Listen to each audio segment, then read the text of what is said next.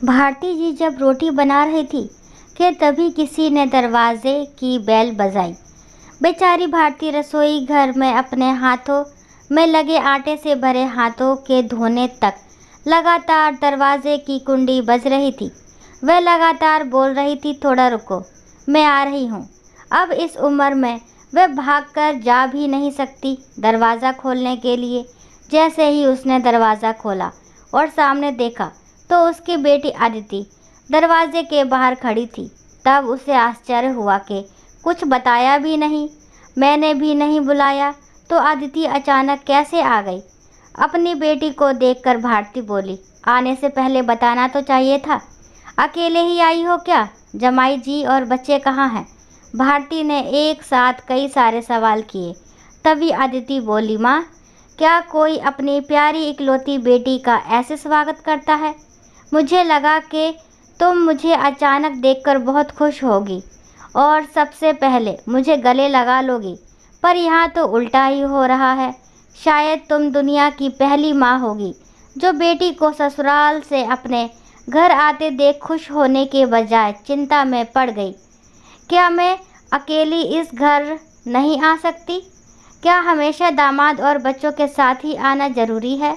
बोलकर अदिति घर में प्रवेश कर गई और अपना सामान रख कर बोली, भाभी कहाँ पर है? भाभी जल्दी चाय नाश्ता लेकर आओ, आपकी ननद आई है। बहू घर पर नहीं है, अपने मायके गई है। माँ ने कहा, अच्छा इसलिए तुम घर संभाल रही हो और खाना बना रही हो? माँ, तुम्हारी बहू के तो बड़े ठाठ हैं। बहू मौज से घूम रही है और सास घर संभाल रही है। देखो ना, आपने बहू के आने से पहले ही खाना बना कर रखा है।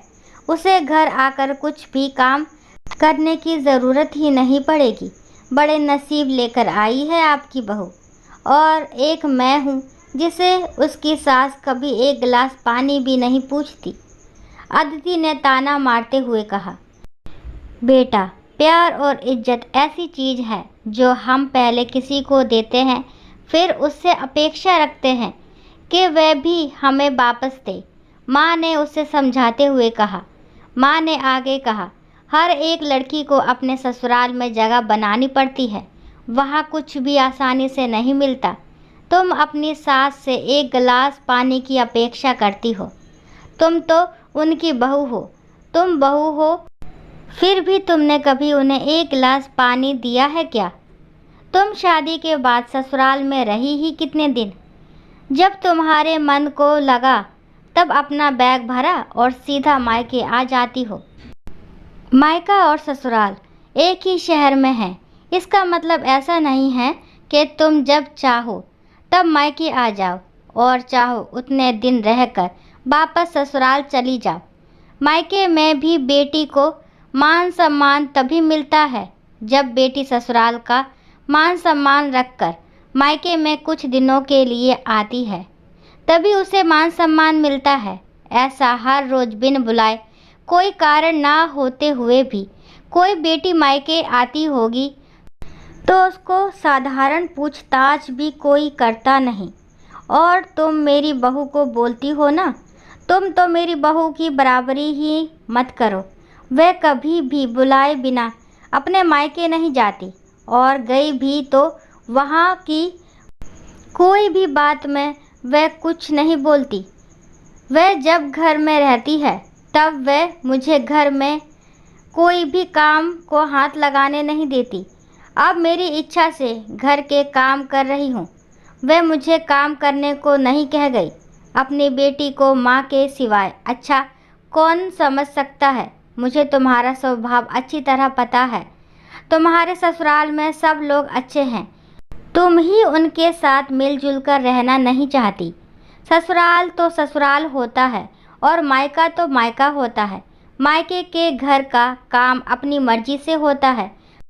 ससुराल में सबसे पहले सबका दिल जीतना पड़ता है, सबको अपना बनाना पड़ता है। उसके लिए छोटों से लेकर बड़ों तक सबको प्यार करना पड़ता है। सबकी पसंद नापसंद का ध्यान रखना पड़ता है। सबसे प्यार से बोलकर सबको उनके घर के कामों में मदद करनी पड़ती है। तभी सब लोग घर में आई नई बहू को स्वीकार करते हैं, उसे अपना मानते हैं। तुम जिम्मेदारी लेने के लिए तैयार ही नहीं हो, इसीलिए रोज़ रोज़ मायके चली आती हो। यहाँ आकर भी वही करती हो।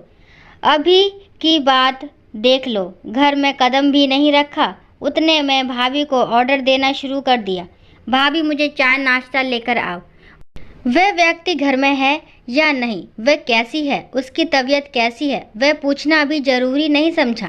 घर में आए मेहमान की मेहमान नवाजी होती है, पर उनका बर्ताव बोलना सामने के व्यक्ति को पसंद आया तो मेहमान नवाजी ना मांगते पूरी होती है।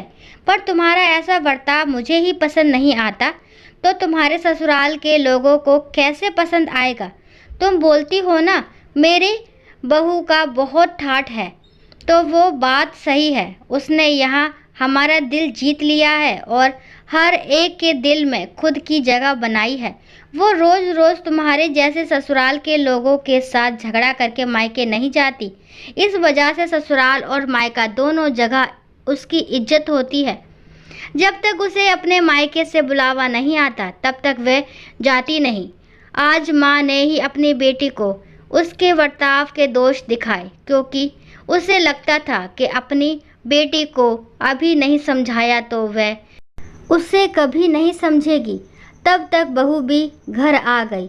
उसने आदिति को देखते ही वह बोली, अरे दीदी आप कब आई? मुझे फ़ोन किया होता तो मैं जल्दी घर आ गई होती ना। इस पर आदिति बोली, नहीं नहीं भाभी, मैं वापस जा रही हूँ।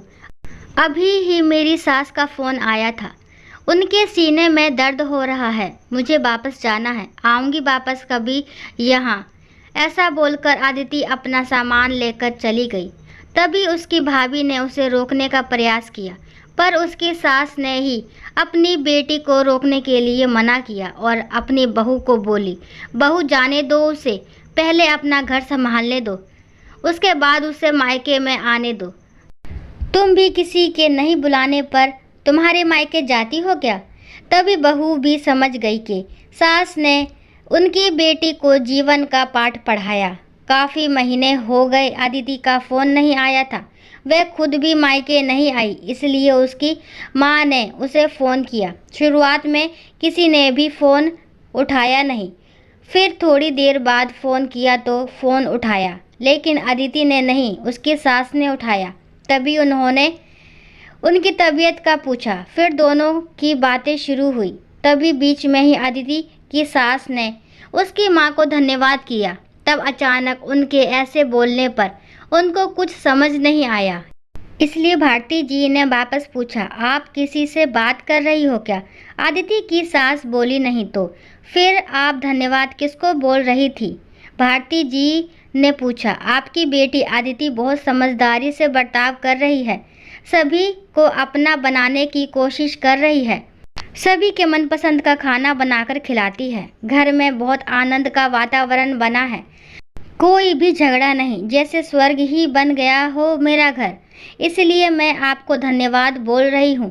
आपकी बेटी के अच्छे बर्ताव से ये दिन हमें देखने मिला, हम बहुत धन्य हो गए। पहले हमें उसकी तरफ से कोई भी अपेक्षा नहीं थी, पर आपने उसे समझाकर भेजा और उसके स्वभाव में बदलाव आया। आज उसी आदिति को मायके जाना तो दूर की बात है, फ़ोन पर बोलने के लिए भी उसके पास वक्त नहीं है, वह अपनी गृहस्थी में व्यस्त हो गई है। दोस्तों, सभी माँओं ने अगर अपनी बेटियों को ऐसा समझाया और उनको समझ आ गया तो किसी भी घर में झगड़ा होगा ही नहीं और कोई भी घर टूटेगा नहीं। दोस्तों, आशा करती हूँ कहानी आपको ज़रूर पसंद आई होगी। कहानी पसंद आती है तो प्लीज़ मेरे चैनल को लाइक शेयर सब्सक्राइब करना ना भूलें और इस कहानी के बारे में क्या विचार है कमेंट बॉक्स में ज़रूर बताएं और कहानी को लास्ट तक सुनने के लिए थैंक यू। राम राम, राधे राधे।